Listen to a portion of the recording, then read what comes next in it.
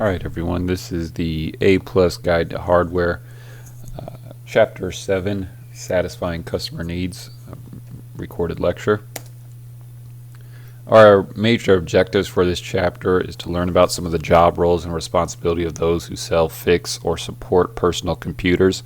Not necessarily a topic that you're going to find throughout the A+ certification exam. I mean, for example, you're not going to see, what does a support analyst do, or what is the major function of a network administrator.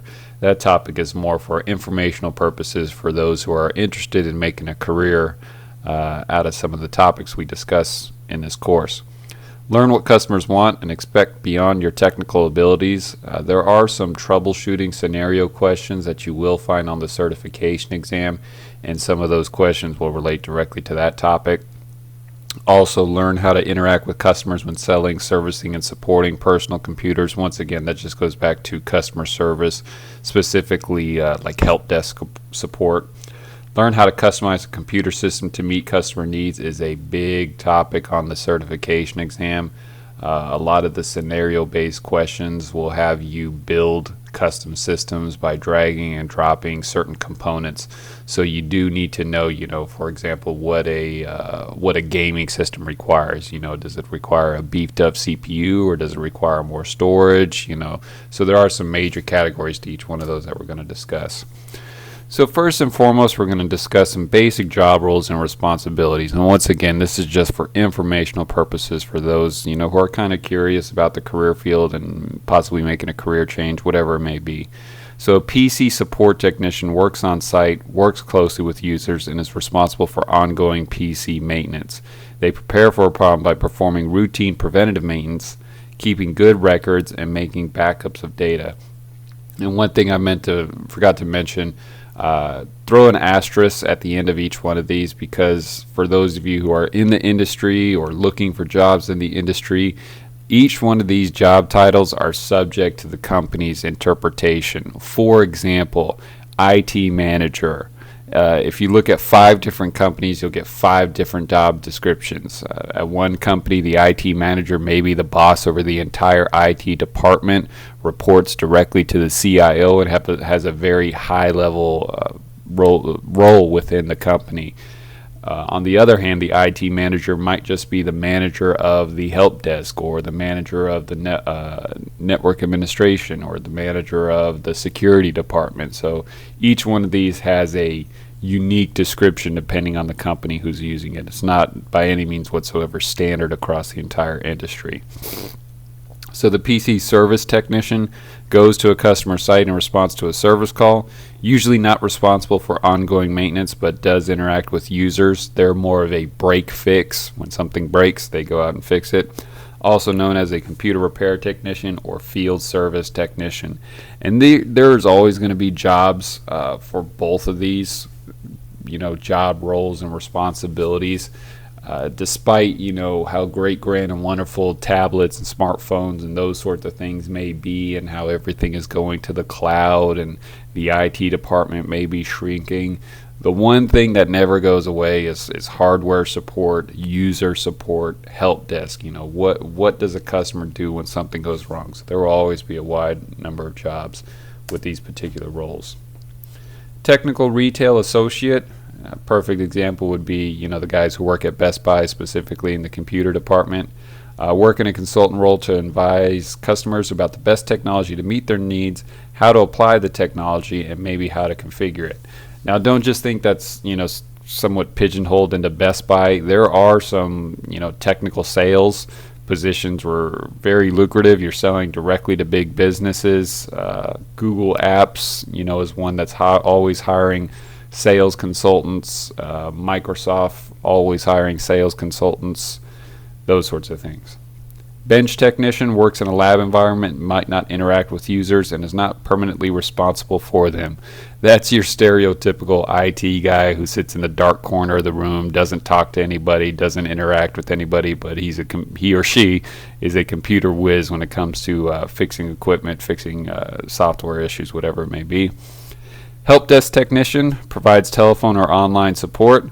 Remote location puts them at an advantage. This is where you really need to have your customer service skills and be able to act like a detective, because in most help desk positions, you're not going to get sent directly to the customer for each and every job. And in most scenarios, you're working in a call center supporting a specific product, and the customer is going to call you up and, not be able to describe exactly what's going on in the clearest of terms, or at least terms that the technical professional is going to understand. Think about if you're not necessarily, let's say you're automotively challenged. You go to a shop and you say, well, it's making a screeching sound whenever I turn on the radio. That's obviously not a key set of terms that may help the technician diagnose exactly what the problem is. Same thing holds true for a help desk technician when it comes to computers. People will just say, well, I press the button and it doesn't do anything. Well, the question you have to ask yourself is, what doesn't do anything mean? Does it not turn on? Is it on fire? Does Windows not work? Does Internet Explorer not work? And usually you'll find out that very rarely does it actually mean that nothing happens. Just whatever they're trying to do, whether it's open a file, download a movie, doesn't work. But they will simply sum it up as, well, it doesn't work. You have to be able to determine, well, what doesn't work. So certification in professional organizations, certification and advanced degrees proves competence and achievement, improves job opportunities, creates a higher level of customer confidence, qualifies for promotions and other training or degrees. And this is a key topic. It's not just certifications, and it's not just having a degree. It's kind of a three-headed monster. You need to have certification, you need to have experience, you need to have degrees. Your experience, you use the certifications to verify that experience. For example, the Microsoft certifications or the A+ certifications. Those certify your experience with hardware, with Microsoft products, with Cisco products, whatever the certification may be. And finally, to move up, the metaphorical corporate ladder to get into management, you need to have managerial skills, or you need to be thinking about IT systems, how they benefit the entire business. And that's where the educational side of things comes into play. So I get that question asked a lot, well, which one's best, certs or degrees? My answer is you need all three. You need to have experience, you need to have degrees, and you need to have certifications, depending on how high you want to go in the industry. The Computing Technology Industry Associate, the CompTIA, is the most significant certifying organization. It's well known. A lot of their certs, you get one of them, you can almost guarantee a job in one of those fields. The A+ certification is the first choice for certification as a PC technician.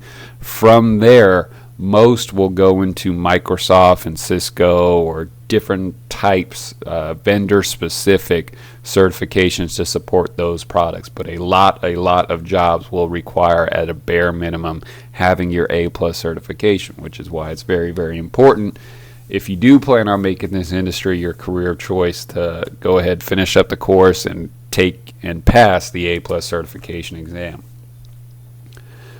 Record keeping and information tools, resources, records, and informational tools. The specific application, operating system, or hardware you support must be available for you to test, observe, and study. You're going to be using it to recreate the customer's problem when possible. So when we were talking about that help desk support role, a lot of times you'll have to say, okay, well, what are you doing? Are you working with Microsoft Word? Open up Word on your computer. So you can specifically say, well, click this link in the upper left or click this button in the upper right. It's best to have whatever product you're supporting available to you so that you can walk people through their problems. You should have a digital or printed copy of the same documentation the user is going to be seeing.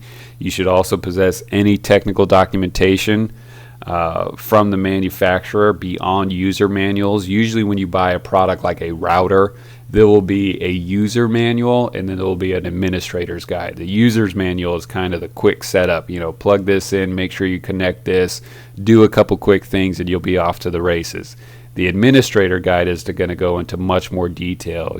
For example, this is how you prevent a user from downloading a certain file, or this is how you put a printer on the network so that other people can print to it. Online help targeted to field technicians and help desk technicians. Usually manufacturers will have separate sections, kind of like the administrator guide, but this will be an electronic version specifically for those supporting end users. Key term that you'll come across is what's called an expert system. It's software that is designed and written to help solve problems. It poses questions about a problem to be answered by a technician or customer. Responses trigger more questions until a solution is suggested. If any of you guys have ever been to the Microsoft website to diagnose a problem, you will see this. It'll say, well, are you experiencing this? Yes or no. If you click yes, you're taken down another rabbit hole. If you click no, you're taken down another section of questions. When you do this, do you see this? Yes or no. Until finally you're drilled down, kind of like a funnel almost, to exactly what the problem is. And in all honesty, you should take that same approach when it comes to diagnosing an issue. Perfect example is, well, my system doesn't work. Okay, sir, well, what exactly isn't working on your system? Well, when I click Internet Explorer, right there you should stop and say, okay, Internet Explorer, that's my first problem. I've narrowed it down. I've narrowed it down from my computer is not working to, okay, maybe there's an issue with Internet Explorer. From there, you ask more questions. Okay, well, when you're in Internet Explorer, what happens? Well, when I go to this website, right there, that's another stopping point. When I go to this website, so maybe it's not an Internet Explorer problem, maybe it's a website problem. So you've narrowed it down even further. We're going to talk about that later, but kind of that's what an expert system is designed to do. It's designed to take that human approach of narrowing it down to one problem or one symptom or one cause and saying, okay, this is more than likely what your issue is. Finally, we have help desk tracking software. Allows you to create, edit, and close calls for help tickets. Very, very important. There's a wide range of ticketing systems, both publicly available and privately customized for certain organizations. When I was in the military, we used Remedy. I still think they do use Remedy. It is a full-blown create, edit, close tickets, document exactly what was done, document how much time was spent on a particular problem. SpiceWorks is one that I've used everywhere I've worked outside of the military. It's open source, meaning that it's available free. It's ad supported, so you can see over there if we have that want in-person SpiceWorks training. It is supported by ads, but that's a very minimal nuance, so to speak, when you actually work with the program. SpiceWorks has a big, large global community. They have local meetings for it, so I highly recommend you check out the website, create yourself an account, and start going to some of these meetings. It'll be like Spice Corps of DFW or SpiceWorks of DFW, whatever it may be.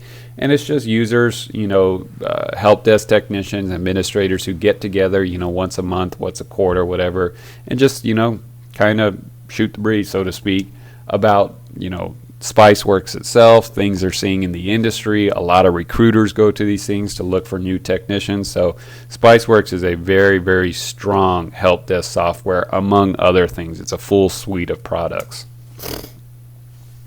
So what customers want beyond the technical know-how. So you not only have to be technically savvy, you have to be, customer service friendly.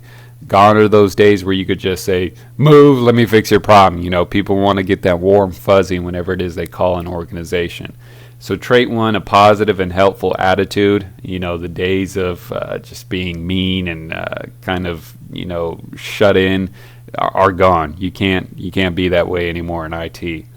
Listening without interrupting your customer. During your conversation with them about their problem, you may know exactly what it is in the very first sentence, but common courtesy is to just let them finish, because they may be describing a multitude of problems that you'll need to fix. Proper and polite language. You should avoid slang. You should avoid acronyms. I'm sure you guys could spit off, well, something with your RAM and the CPU and the bus and all these technical terms. To them, that probably doesn't mean anything. So you need to be able to use proper language, layman's term, for lack of a better term. Sensitivity to cultural differences. You're dealing with a global workforce. You may have to call technical support, and technical support may be supported like a country, or maybe outsourced to a country like India, or you may have a counterpart in a different country. You can't have any biases or bigotry or anything like that. Taking ownership of the problem.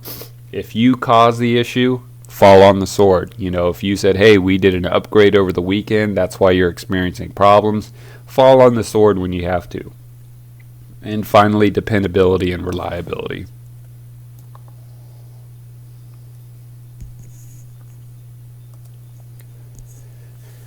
Continuing on with the traits, credibility. You establish a reputation as time goes on, and as far as being a good technician or bad technician, so very, very important.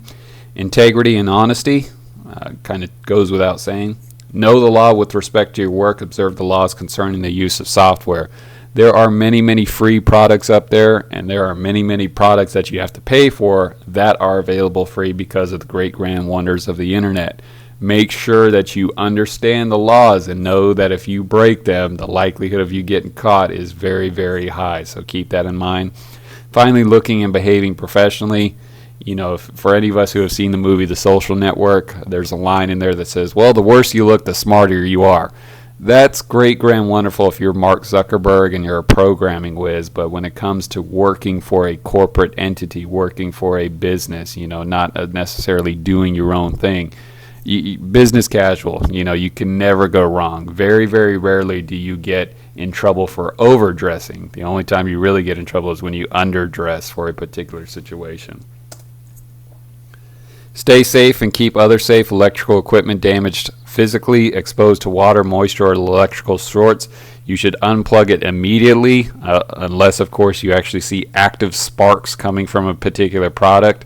In those cases, use your best judgment. For the most part, if you notice that there is an issue, try to shut it off at its source. If there's a power strip, you could safely touch those. Make sure you follow proper safety precautions. Other dangers, chemical burns, cables that can cause people to trip. That's a very, very big one. If there is a cable that can be tripped on, thou shalt trippeth on it. That's just something that I've seen in this industry. You can put all kinds of yellow tape and warning signs, but if that cable is not secure to the ground, somebody at some point in time will trip over that cable. Heavy equipment that can hurt a technician's back, PCs, servers, printers, they are very, very heavy devices. Use proper lifting techniques. Inside the case, for those of us who have worked on the labs, there's a lot of sharp edges in and around the case. You will cut your fingers from time to time, so make sure you use gloves if you have to, even though that kind of affects your touch, but just be mindful that those components are very, very sharp. Planning for good service. There's a cliche pretty much in every industry. We used it in recruiting. Plan your work and work your plan. So you have to have a good service. In order to have good service, there has to be a plan that covers the entire service situation, from the first contact with the customer to closing the call. So you want to do some things. You want to say, hey, how are you? What can I help you with? That kind of puts them at ease, letting you know that you're here to help. And then from there, what do you plan on accomplishing from the phone call? Is it just, hey, let me fix this problem because I've got 9 million other things to do? Or is it, hey, let's see what's going on. I'm talking to the president of the company, so let me use, kid gloves, so to speak, and give them a warm fuzzy during this call. Customers expect both technical and interpersonal skills. Technicians should know the problem to be addressed, the urgency of the situation, what computer software and hardware needs servicing, arrive with a complete set of equipment needed, greet the customer in a friendly manner, and shake hands, listen, and ask questions. Beginning a phone call professionally, identify yourself and your organization. Ask for and write down the name and number of the caller, just in case the call is dropped. Follow company policies to obtain further information. Be familiar with your company's customer service policies. I'm just scrolling through these guys because these are basic customer service skills, nothing too technically related here. Open up the conversation for the caller to describe the problem. Interviewing the customers, questions that can help identify the problem. You'll kind of come with your own unique questions. But the one that I always tend to start with is something, okay, what's going on? Kind of let them give, well, when I do blah, blah, blah, blah, blah, blah, blah, blah, blah, and kind of open it up that way. And if you're still having questions at that point and you have the ability to talk to them in person or use remote connectivity tools to connect to their machine and see the problem, my next question is, okay, well, show me what's going on. Not really a question, more of a statement, but as I mentioned, you'll deal with these technical users and they'll use terms like, well, my CPU isn't working. And in the back of your brain, hopefully you're thinking your processor isn't working, but to the average person, the entire computer is the CPU, not just the processor chip itself. To them, they'll use CPU or my RAM isn't working. They'll just throw in terms because they stumbled across it on some other website. So some questions you can ask: what error message, unusual displays, or failures did you see? Describe the problem. When did the problem start? That's a good question to ask. Maybe you guys did an update over the weekend and now you're experiencing problems. So that might say, okay, this might be related to what we did over the weekend. What was the situation when the problem occurred? What programs or software are you using? That's a big one. Did you move your computer system recently? Despite their best efforts, customers will move their systems and forget to plug in a cord or forget to connect their monitor to their system. That's a common problem you'll run across. People say, well, I hit the power button and nothing comes on my screen. My question is your screen plugged in? Then you'll hear a click, and then that lets you know, you didn't turn on your monitor, you didn't connect it. Has there been a recent thunderstorm or electrical problem that could have, fried components? Have you made any hardware, software, configuration changes? More often than not, they're not going to know that, but maybe somebody said, well, I did install a new printer, or I did upgrade my memory, or I did do X, Y, and Z. Has someone else used your computer recently? Is there some valuable data on your system that is not backed up that I should know about before I start working on the problem? I would not even bother asking that question. I would just always back up the data before you do anything. You'll never go wrong if you practice that. And then finally, there's my question. Can you show me how to reproduce a problem? You could shorten that and say, can you show me what's going on? And then have them walk you through it. And usually what you'll discover is what in the IT industry we like to call the ID10T error. So write down the letters ID followed by the numbers 10 followed by the letter T. And if you look at it, hopefully you should pick up that it spells idiot. And usually that's a user error. Maybe somebody doesn't know what they're doing. They're clicking the wrong thing. They don't fully understand the computer system, and they're just simply making a mistake. And that's a running joke. That's everyone knows that. So be careful using that. Don't say, well, it's an ID10T error, because somebody might pick up on that, and that's obviously not providing good customer service. So be careful with that one. After you have interviewed the user, if you don't understand what the customer is telling you, ask more questions. Recreate the circumstances that existed when the problem occurred. Make no assumptions, because we all know what happens when you assume. Use diplomacy and good manners. It's important to create an expectation of certainty with the customers. Give them that, I use that term, that warm fuzzy, that you'll fix the problem. And if you can't fix the problem, you'll spend your every waking moment trying to fix the problem. Establish a timeline with a customer for completion of a project. Keep them informed of the progress. Give the customer an opportunity to make decisions about repairs. Do you want to replace it or do you want to repair it? In certain scenarios, it costs more to repair than it does to replace. So always give them that option. Help them decide which is to their advantage. Working with the customer on site. Avoid distractions. Don't accept personal calls on your cell phone. Answer calls from work, but keep them to a minimum. You are there to help the customer. Bearing an emergency, you can kind of put them on hold for a little bit. If you must excuse yourself, explain to the customer and return as soon as possible. Be as unobtrusive as possible as you work. Keep tools and papers out of their way. Protect customers' confidential materials. Ask them if they would like to put them away. If there's something that you don't feel comfortable seeing, social security numbers, credit card numbers, those sorts of things, just say, hey, while I'm working on this, I don't need to know this stuff. I don't want to know this stuff. Could you just put it away somewhere in a secure location while I'm here working? When working at their desk, use the following. Don't take over the mouse or keyboard without permission. That's just kind of one of those things you don't want. Some people are funny about being touched. You don't want to just reach out and move their hand off the mouse or move their hands off the keyboard. Just be careful with those sorts of things. Ask permission to use the printer or other equipment. Don't use the phone without their permission. Don't pile your tools on top of their papers. Accept personal inconvenience to accommodate the user's urgent business needs. If the user is present, ask them before making a software or hardware change. Don't just scroll through all their installed programs and say, well, they don't need this, they don't need that, they don't need this extra piece of hardware, because they might, and they might have approval for that equipment. Working with a customer on the phone, very, very difficult but not impossible situation. It requires much more interaction. You have to be able to visualize what the customer is seeing. Patience is required with dealing with novice users. If the call is disconnected, call back immediately. Don't eat or drink while you're on the phone.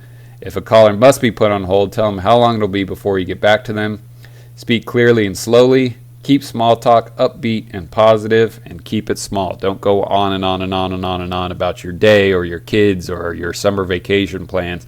Keep it short, keep it sweet, and then get back to working on the problem.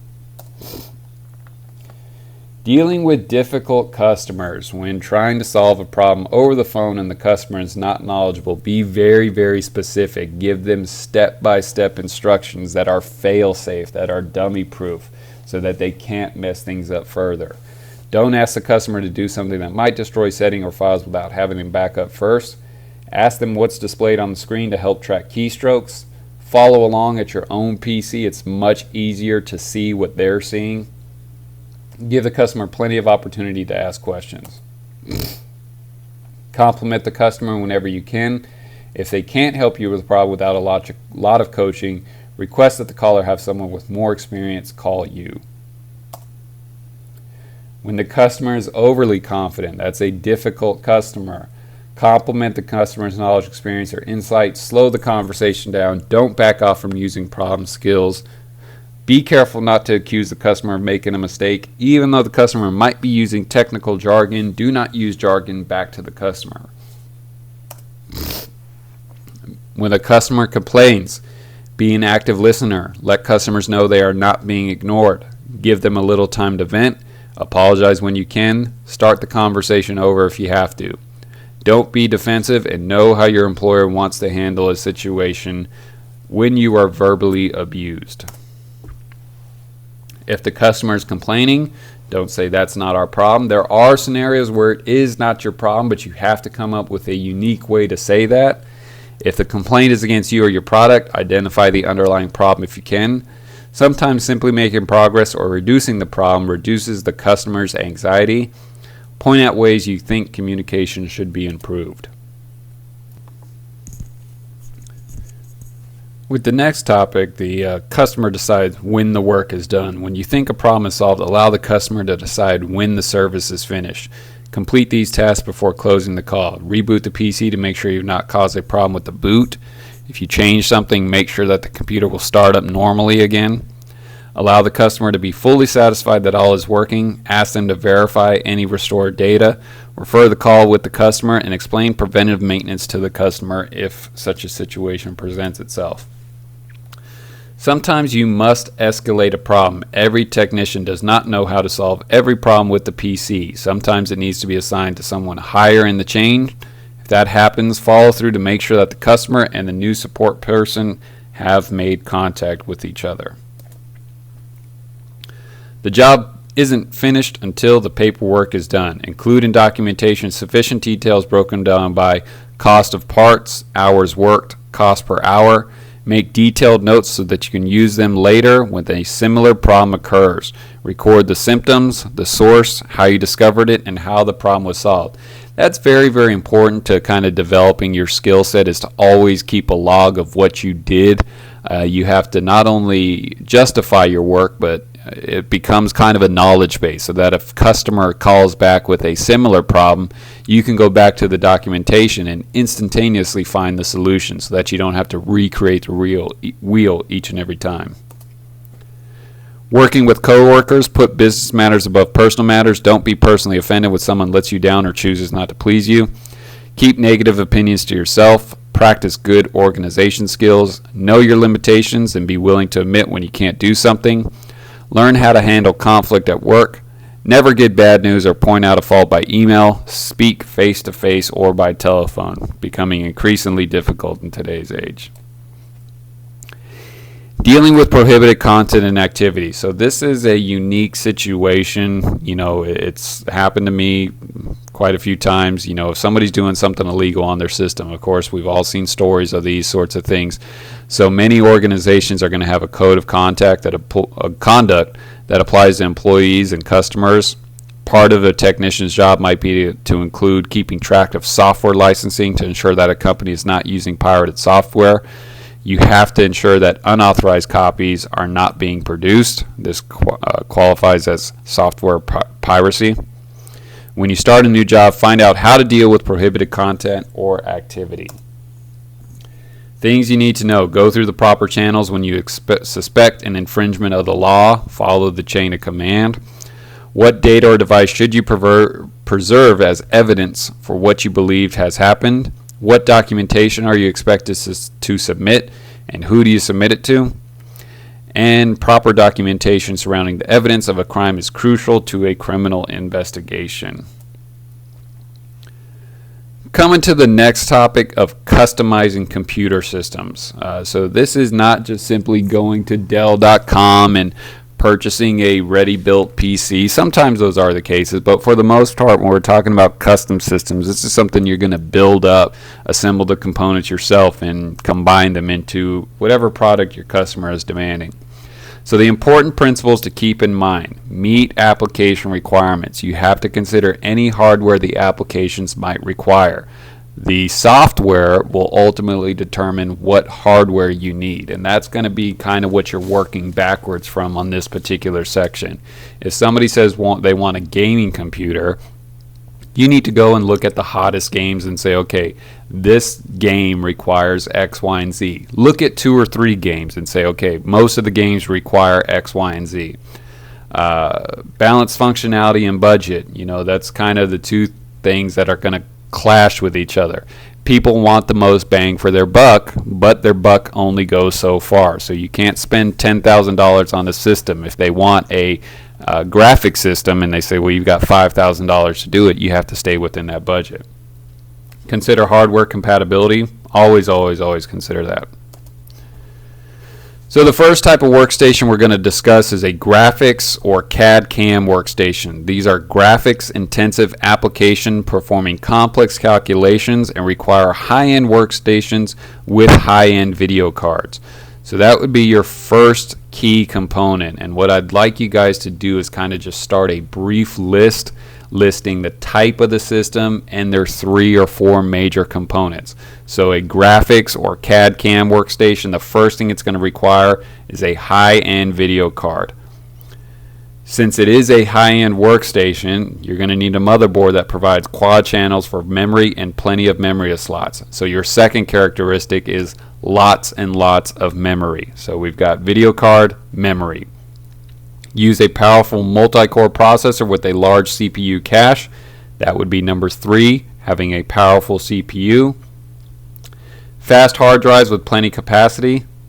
That would be number 4, making sure you have a large hard drive. And then we already discussed it, but a high-end video card. So if you're starting a little notebook on this, graphics or CAD/CAM workstation need to have lots of RAM, big CPU, lots of hard drive, high-end video card. Here's an example of what we're talking about when we say high-end video card. This is NVIDIA Quadro 6000, and just by itself it almost costs $4,000. So very, very expensive piece of equipment there.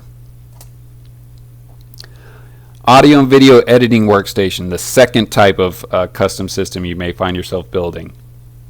They require a mid-range to high-end workstation, so it's going to need dual, triple, or quad channel memory. So first characteristic, lots of RAM, lots of memory. Use a Core i7 or higher processor. Second characteristic, a powerful CPU. Install at least 16 gigabytes of RAM. That kind of goes with memory. More is better.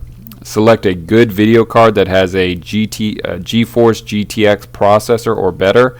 So the third characteristic would be video card. Use a double-sided dual-layer DVD burner. Install one or more fast and large hard drives. So that would be the last characteristic. So if you're keeping track, AV workstation, lots of memory, powerful CPU, video card, large hard drive. You don't necessarily have to specify a DVD burner because that tends to come standard with your average PC system. A virtualization workstation. So when we talked about virtualization, this is going to be the physical machine that you build the virtual machines on. So this needs to be a big, beefy PC.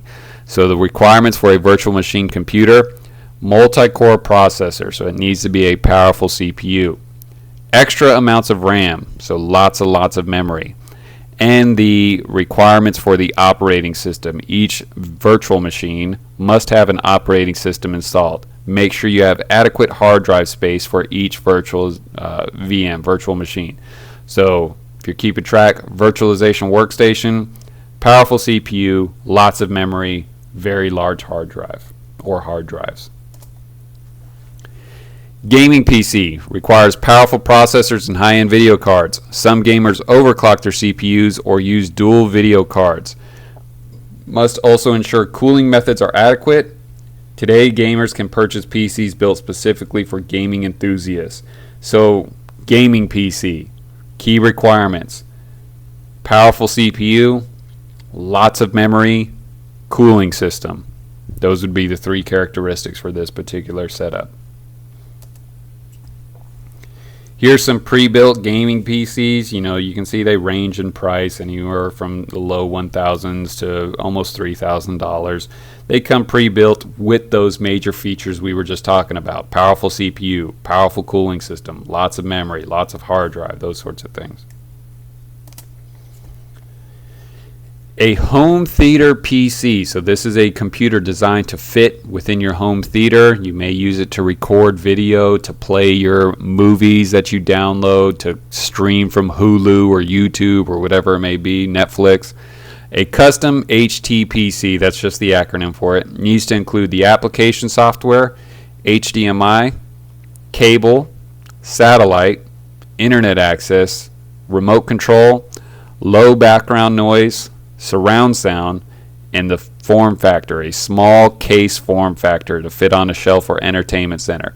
So those were individual components. If you're keeping your little notebook for HTPC, video card, sound card, processor, form factor. Those would be the four characteristics. Even though we list individual components here, those are the four major categories, because video requires a lot of CPU.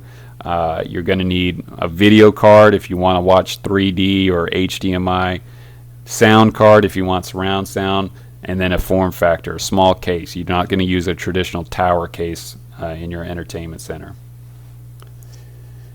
A home server PC, it's going to be used to share files among several computers on a small home network. So features, hardware to consider, this is where you want to keep track. Processor, mid-level processor. Storage speed and capacity need to be maximized, so lots and lots of hard drive space. Network transfers, so it's going to need network connectivity. Printer sharing is more of a feature. Onboard video, more of a feature. Windows 7 can be used, but Windows Home Server is a better option.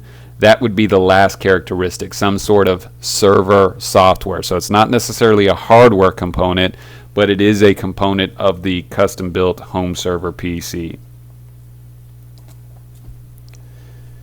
Going back to the video, the HTPC, this would be a TV tuner card. Lets you watch and record 2 TV programs at the same time. Even comes with a remote that allows you to control it from the without having to use a keyboard and mouse.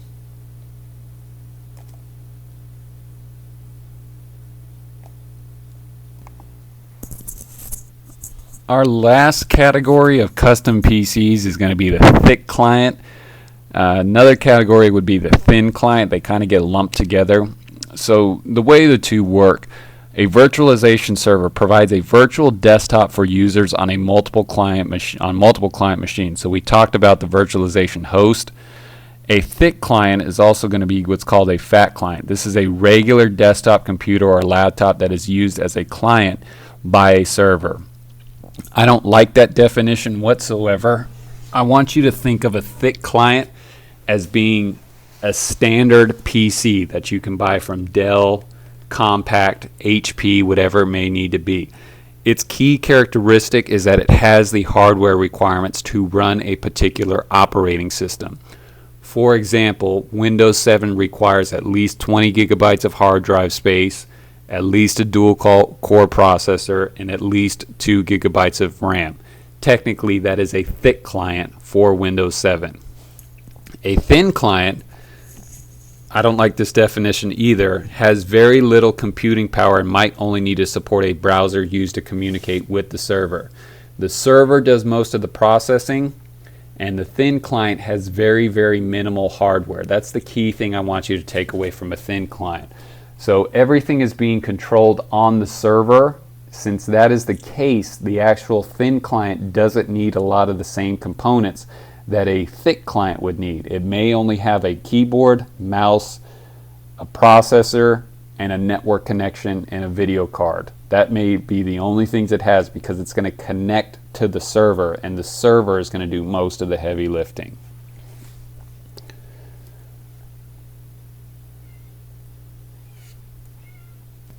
And here's exactly what we're talking about. So here's a tablet, laptop, desktop, zero client. It's another special term for a thin client.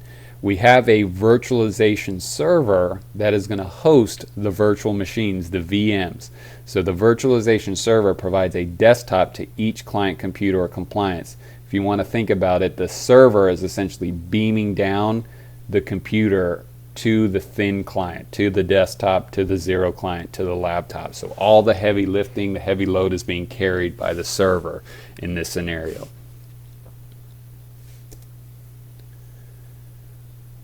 So for a thick client, I mentioned the minimum hardware requirements for a particular operating system. And this is exactly what we're talking about. So if you're trying to build a thick client for Windows 7, let's look at the 64-bit. Your processor needs to at least be a gigahertz or faster, at least 2 gigabytes of memory, at least a 20 gigabyte hard drive, and it needs to be able to support DirectX 9 devices for video. So those would be the requirements to make a thick client for Windows 7 64-bit. So we talked about a lot about this chapter, kind of two completely unrelated topics in my opinion, but we group them together here in this chapter. We talked about key job roles. Once again, not anything that you need to memorize for the exam, just kind of informational purposes. Talked about the A+ certification. Customer service, it's going to be a big one. You may not see specific lines taken from that portion of the lecture on the certification exam, but you will see questions related to it, how important customer service is to the IT industry. It really comes into play when you're talking troubleshooting. How to deal with customers. Finally, a big topic is building the custom PCs. If you guys need to go back and take notes, rewatch that portion of the lecture because you will see a lot of certification questions about that. Also, another topic, the chain of custody. When we're talking about illegal issues on a PC, you may see a couple questions on the certification exam about that. Brings us to the end of the lecture. If you have any questions, comments, or concerns, please rewatch the lecture and or bring up those questions during our next in-class meeting, and we'll go over them. Thanks for watching.